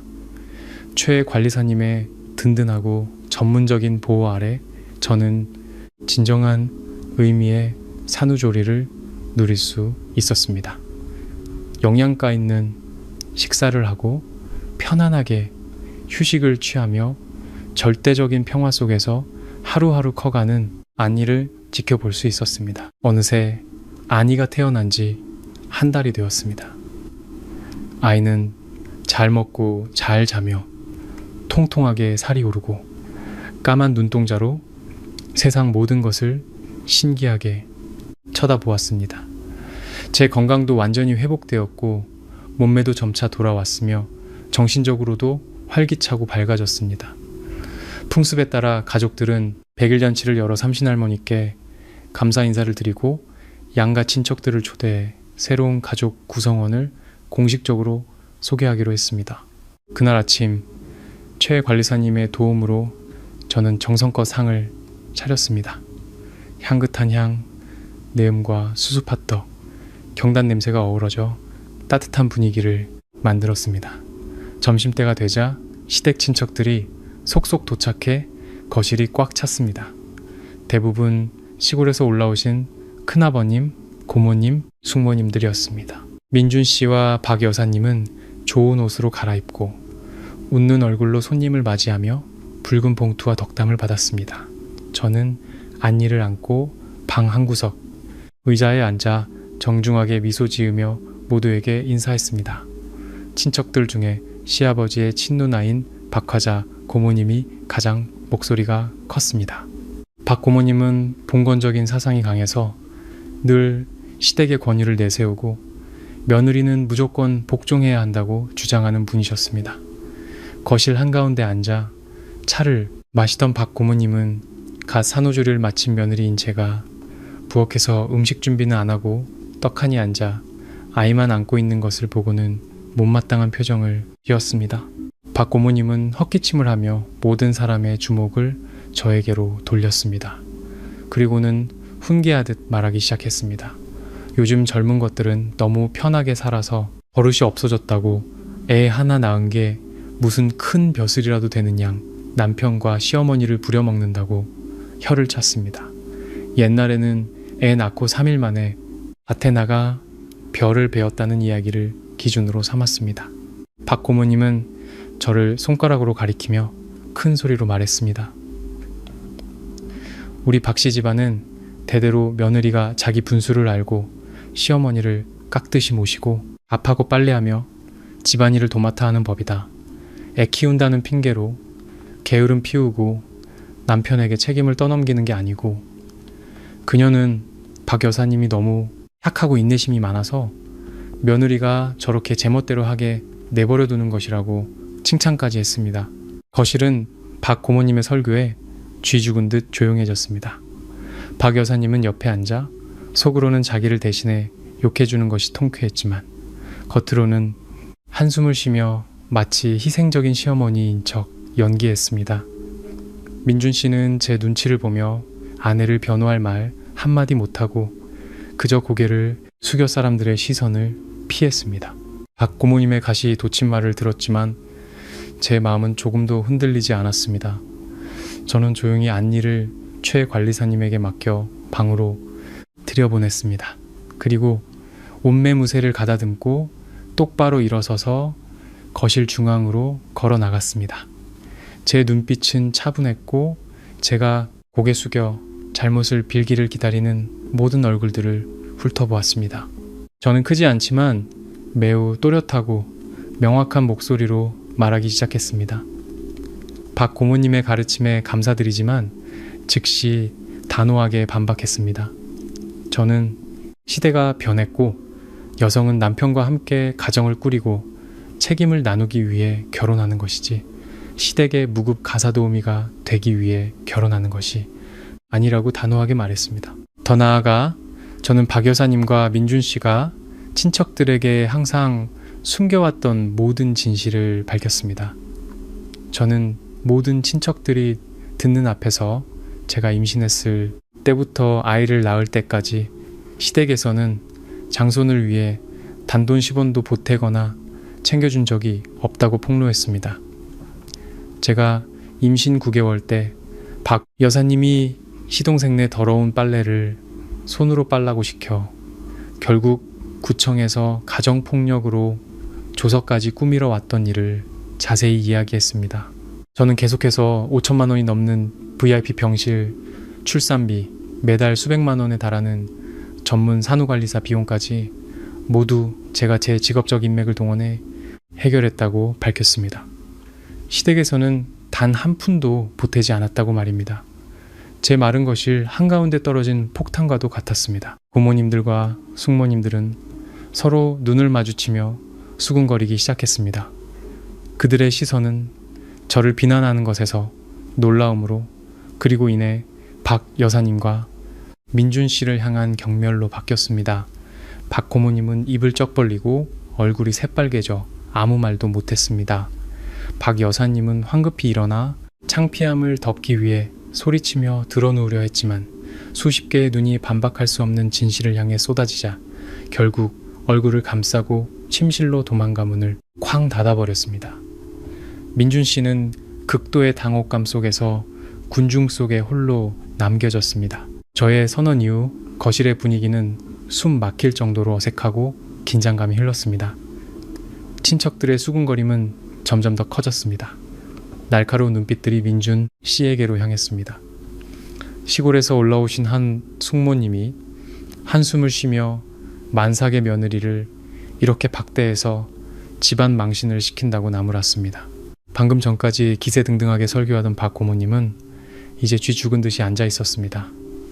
잘못된 사람을 편들다가 스스로를 궁지에 몰아넣은 꼴이 된 그녀의 늙은 얼굴은 잿빛으로 변해 있었습니다. 민준 씨는 집 한가운데 서서 어쩔 줄 몰라 했습니다.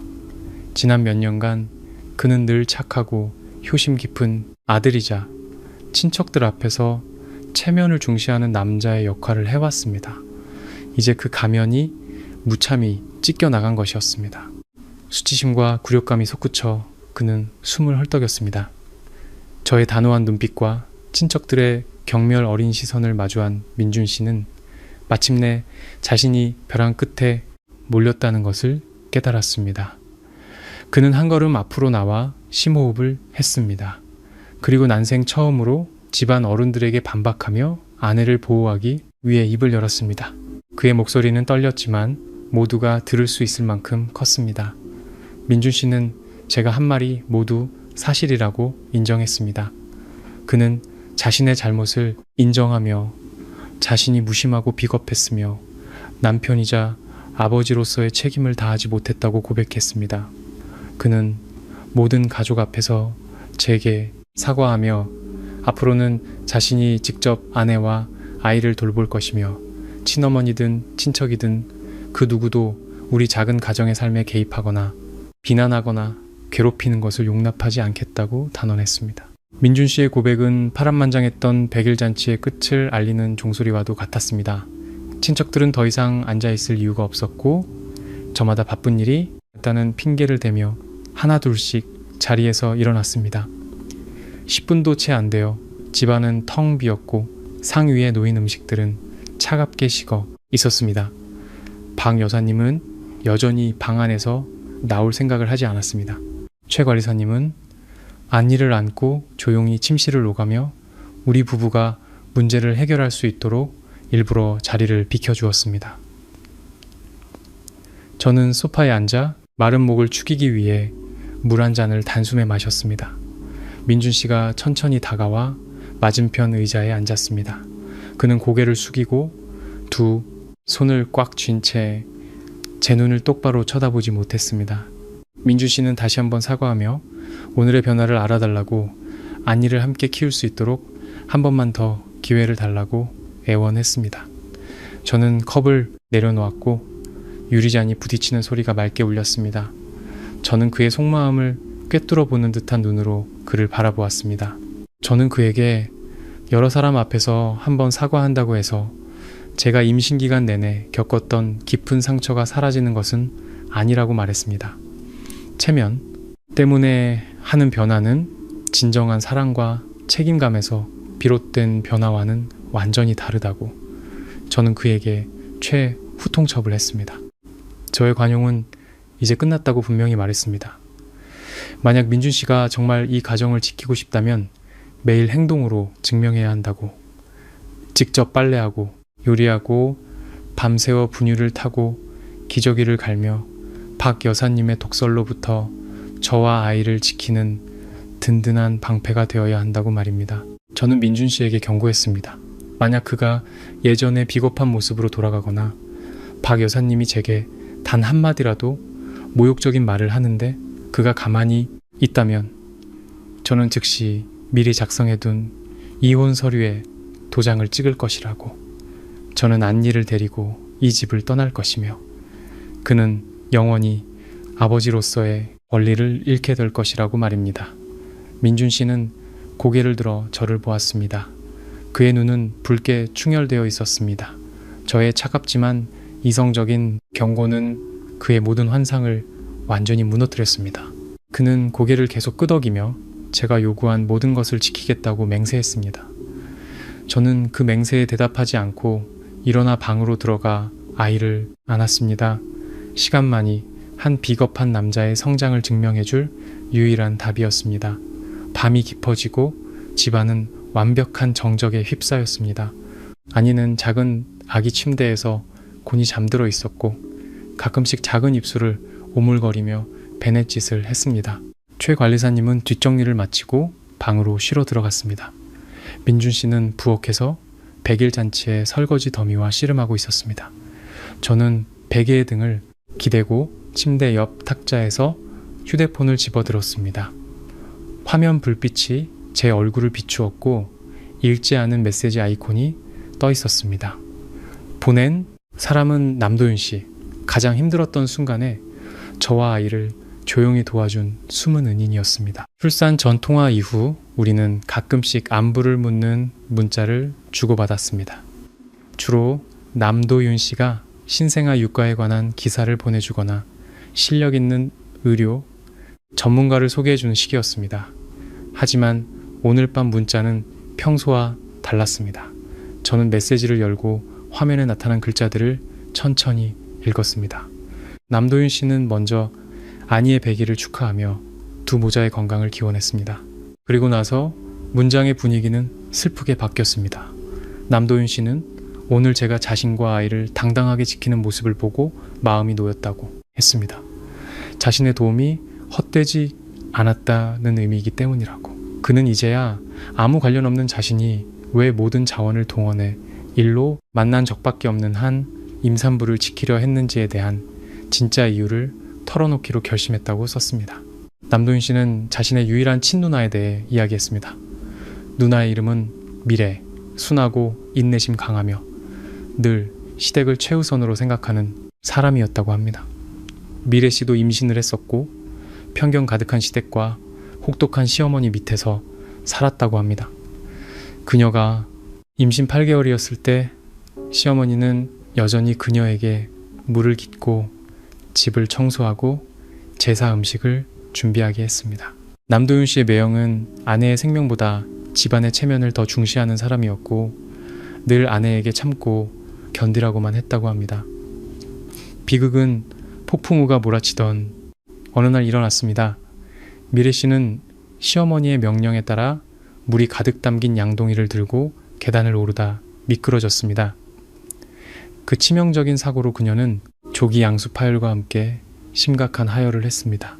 하지만 시댁은 그녀를 즉시 병원으로 데려가는 대신 병원비가 아깝다며 한의사를 불러 맥을 짚게 했다고 합니다.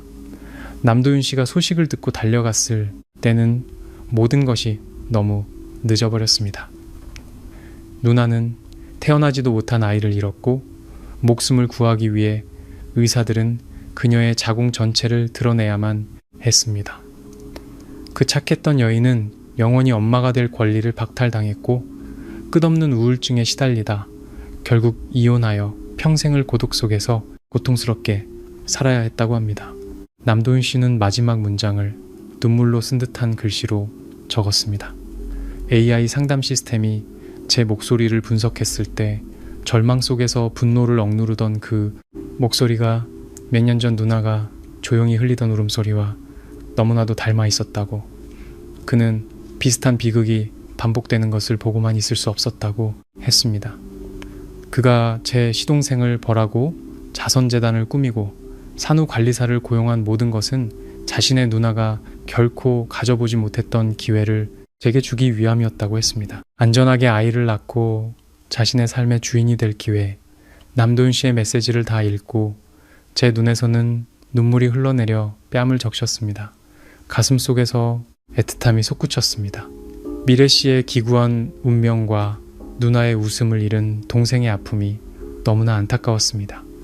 저는 제 싸움이 단순히 저 자신만을 위한 해방이 아니라 인내라는 미명 아래 가정폭력과 정신적 학대를 견디고 있는 수많은 여성들을 대변하는 목소리라는 것을 깨달았습니다. 저는 눈물을 닦고 정성껏 한 글자 한 글자 답장을 썼습니다. 저는 그에게 마음 깊은 곳에서 우러나오는 가장 깊은 감사를 전했습니다. 저와 제 아들이 정말 행복하고 당당하게 살아서 그의 도움이 결코 헛되지 않도록 하겠다고 약속했습니다. 대화는 끝났지만 영혼의 깊은 교감이 이루어졌고 이는 제가 앞으로의 길을 굳건히 나아가는데 큰 원동력이 되었습니다. 시간은 흘러 6개월의 출산 휴가가 순식간에 지나갔습니다.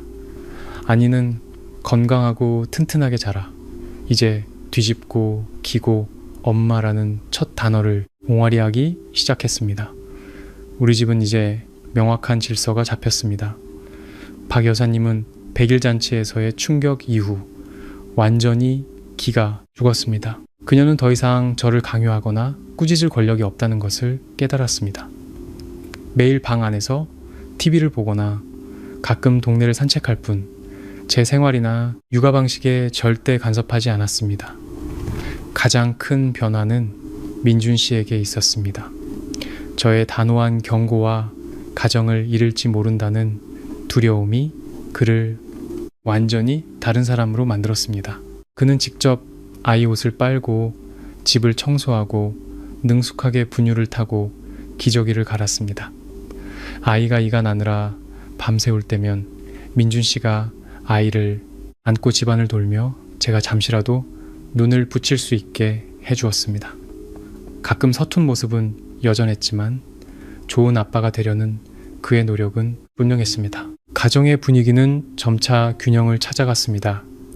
부부 사이의 감정이 예전처럼 뜨겁지는 않았지만 서로에 대한 존중이 자리 잡았습니다. 출산 휴가가 끝나고 다시 출근하는 첫날, 저는 일찍 일어났습니다. 거울 속 제 모습은 세련된 오피스룩에 생기 있는 붉은 립스틱을 바르고 있었습니다. 최 관리사님은 아침 식사를 준비해 두었고 민준 씨는 거실에서 아니에게 분유를 먹이고 있었습니다. 저는 아들의 이마에 입을 맞추고 남편에게 몇 가지를 당부한 뒤 자신 있게 가방을 들고 집을 나섰습니다. 아침 하늘은 맑았고 노란 햇살이 길 위에 쏟아졌습니다. 제 마음은 희망과 자유로 가득 찼습니다. 회사에 도착하자마자 저는 사장님으로부터 국가적인 규모의 대형 프로젝트 디자인 팀장으로 발령받았습니다. 그리고 놀랍게도 그 프로젝트는 바로 가정폭력 방지와 여성의 자립을 위한 공익 캠페인이었습니다. 저는 불타는 열정으로 일에 착수했습니다. 제가 만들어내는 모든 디자인과 홍보 문구는 저의 고통스러웠던 경험과 강인했던 저항에서 비롯되었습니다. 저는 지칠 줄 모르고 일했고 남도윤, 시의 소프트웨어 회사를 포함한 여러 사회단체와 긴밀히 협력하여 막막한 현실에 갇힌 수백만 명의 여성들에게 다가갔습니다. 주말 저녁 둥근 보름달이 하늘에 밝게 떠 있었습니다. 저는 베란다에 서서 시원한 밤바람을 맞았습니다. 안일을 막 재우고 나온 민준 씨가 따뜻한 차 한 잔을 건네주었습니다. 그는 아무 말 없이 제 곁에 섰습니다. 그 조용한 동행이 불필요한 모든 사과를 대신했습니다. 저는 찻잔을 들고 밝은 달을 바라보았습니다. 운명의 그날, 화장실 문을 걸어 잠그고 도움을 요청했던 나를 떠올렸습니다. 모든 것이 꿈처럼 아득했습니다. 저는 인내의 끝을 보았고 고통과 서러움의 바닥을 쳤으며 마침내 제 손으로 그 숨막히는 껍질을 깨부수었습니다. 저는 여성은 시댁의 은혜를 기다리는 나약한 존재가 아니라는 것을 증명했습니다. 여성은 존중받고 보호받을 권리가 있으며 자신의 운명을 스스로 결정할 수 있는 충분한 힘을 가지고 있습니다. 사랑하는 아들이 곤히 잠든 방을 바라보며 제 입가에 환한 미소가 번졌습니다. 저는 폭력에서 이겼고 낡은 편견에서 이겼습니다. 그리고 가장 중요하게는 순응하며 살아가던 제 자신에게서 이겼습니다. 앞으로의 여정에도 많은 도전이 있겠지만 경제적 독립과 당당한 자존감 그리고 아들을 향한 무한한 사랑으로 저는 영원히 굳건하게 고개를 들고 이 온전한 제 삶의 주인이 될 것입니다. 구독자 여러분, 파란만장했지만 당당했던 한 여성 지혜 씨의 이야기가 막을 내렸습니다. 우리 모두의 마음속에 형언할 수 없는 감정이 피어오르리라 생각합니다. 평화로운 안식처가 되어야 할 결혼이 한 연약한 여성의 청춘을 묻어버릴 뻔했습니다. 아마도 우리는 이 이야기를 통해 인내와 희생은 그것을 소중히 여기는 사람에게 주어졌을 때만 진정한 가치가 있다는 것을 깨달았을 것입니다. 여성들은 종종 가정의 평화를 위해 인내를 배워야 한다고 듣습니다. 하지만 인격을 짓밟는 행위 앞에서의 맹목적인 순응은 미덕이 아니라 자기 자신과 무고한 아이들에 대한 잔인함입니다. 가장 깊은 교훈은 바로 자립의 가치와 정의를 지키는 용기입니다. 여성은 어떤 상황에서도 자신의 목소리를 내고 스스로의 두 발로 굳건히 설 수 있는 독립성을 갖추어야 합니다. 더불어 이 이야기는 우리에게 인생의 공정한 인과응보를 일깨워줍니다. 타인에게 고통을 주고 벼랑 끝으로 내모는 사람들은 언젠가 반드시 그 쓰디쓴 대가를 치르게 됩니다.